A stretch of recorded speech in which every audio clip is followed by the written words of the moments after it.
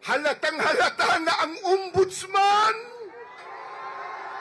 ang sandigan bayan, at ang ilang mga mambabatas nagkakampi-kampi po para protektahan nila ang isa't isa, lalo na ang nakaw na pera.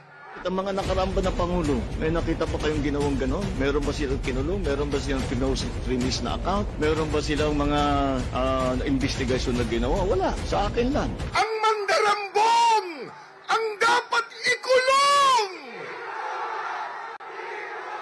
Nagdawit pa sa ehekutibo sa naganap na napaka-anomalyang flood control projects. Ako daw ang may kagagawan. Kung talagang racket ko yun, ba't ko sisirain yung racket ko? Di ba? That makes absolutely no sense. Sa unang pagkakataon, hindi na yata nakapagpigil si Pangulong Bongbong Marcos sa mga tuligsa sa kanya, lalo na sa paratang na nadadamay umano ang ehekutibo sa malawakang kontrobersyal ng flood control. At habang ipinagtanggol ng INC si Senador Rodante Marcoleta kaugnay sa kaso, lumutang naman ang magkaibang pahayag mula sa kampo ni Attorney Panilo. Di ba? Sila ay kakampi? Pero bakit kaya na ito ang pahayag ngayon ni Attorney Panilo? Marcoleta, medyo ang naging problema, sinisisi siya ng lahat kasi inamin mo. Kasi tumanggap siya ng 75 million. But the 75 million is a campaign contribution para sa kanyang pagtakbo sa Senado.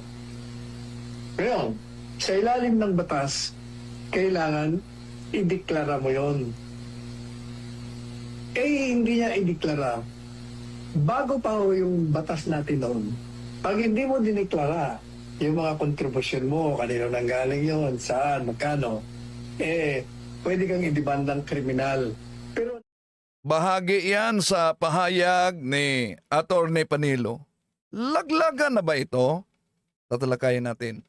Ako ang magtalakay din ngayon sa punto por punto.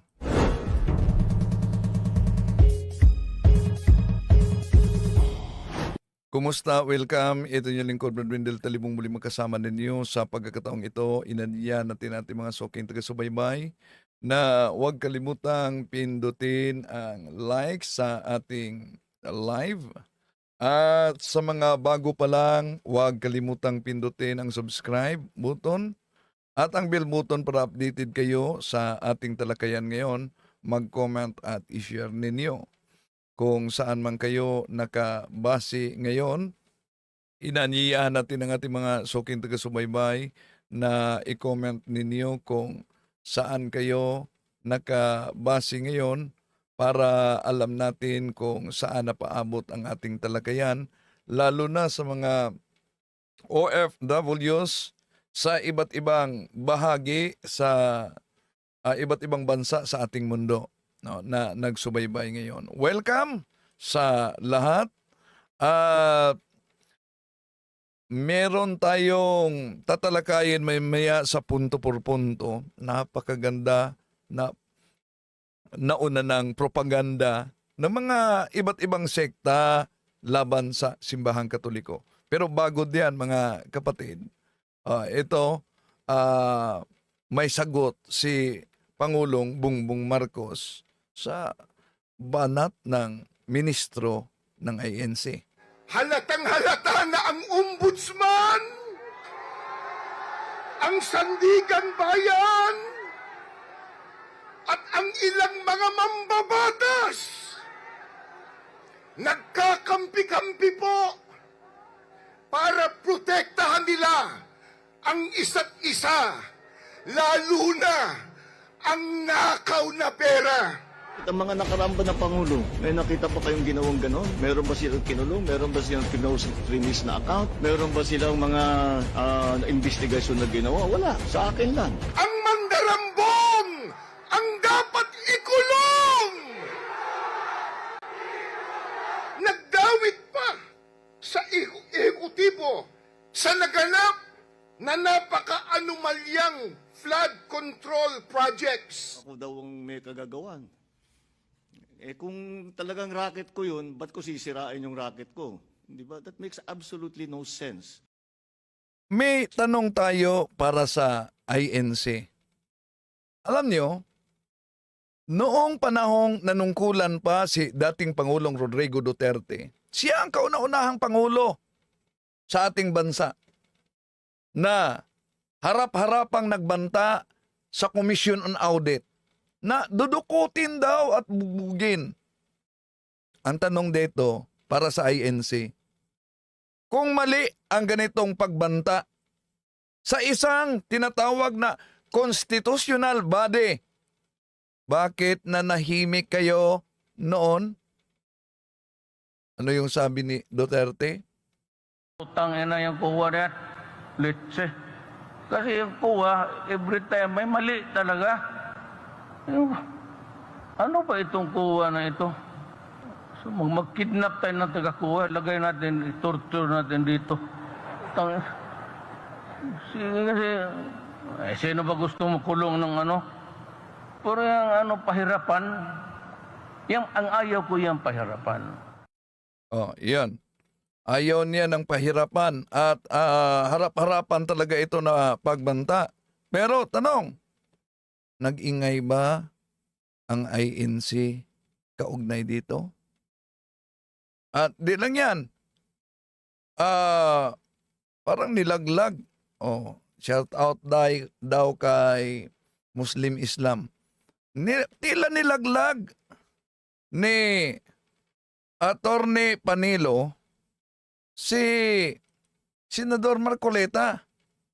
Eto, pakinggan natin ang pahayag dito ni ito. Sandali ang pahayag dito ni Panilo. Marcoleta, medyo ang naging problema, sinisisi siya ng lahat kasi inamin mo. Kasi tumanggap siya ng 75 million. But the 75 million is a campaign contribution para sa kanyang pagtakbo sa Senado. Ngayon, sa ilalim ng batas, kailangan ideklara mo yon. Hindi niya ideklara.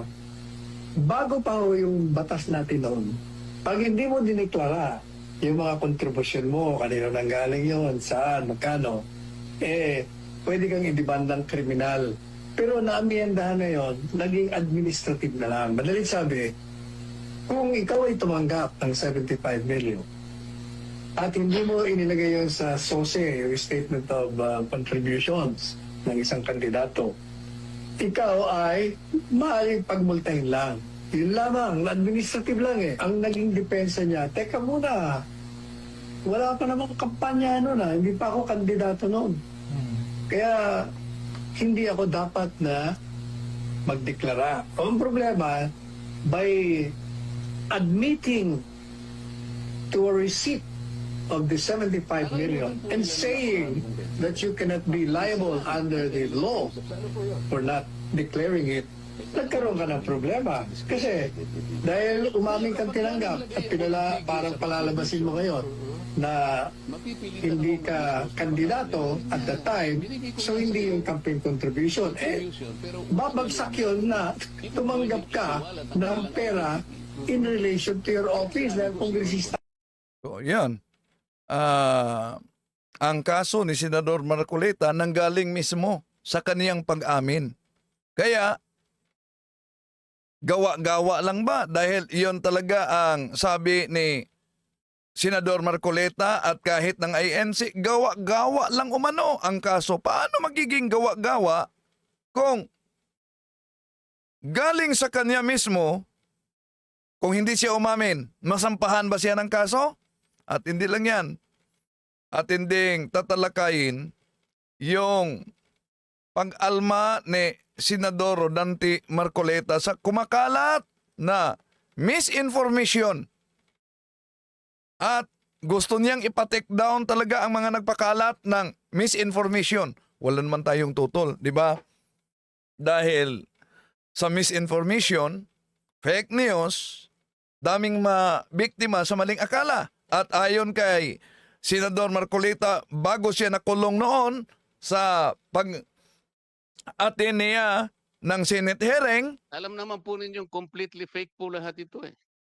Bakit kinakailangan kami po ang gagawa ng paraan? Magsikap kami sa sarili namin para ma-take down lang ito sapagkat hindi lang po nakakainis eh. Nakakasira po talaga. Kung sa akin lang po siguro, hindi ko masyadong iindahin ito eh. Ang problema, kapag nakita ng mga tao kahit hindi totoo, pinaniniwalaan po nila eh. Their ability to mislead people, yun po ang masakit sa akin. Sa akin, kahit na hiyain ninyo ako, hindi masyado siguro sa akin yun. Ayoko lang nami-mislead ang mga tao into believing na ito po'y totoo. Malaki pong problema yun eh. see? Talagang malaking problema. Yeah? Yung pagpakalat ng mga fake news, malaking problema talaga yan. Ha? Ang mga kumakalat. At ang tanong lang, sa kanyang pag-alma sa fake news, sa misinformation, tanong, bakit kaya tahimik si Senador Rodante Marcoleta? Sa mga kumakalat na propaganda at fake news na ikinalat sa siktang inaniba niya.